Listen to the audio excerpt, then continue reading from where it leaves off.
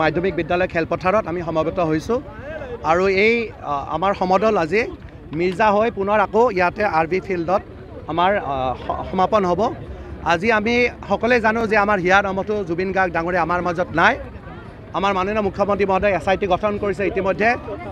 যিখিনি 21 বুলি ভবা হৈছে সকলোকে গ্ৰেপ্তাৰ কৰা হৈছে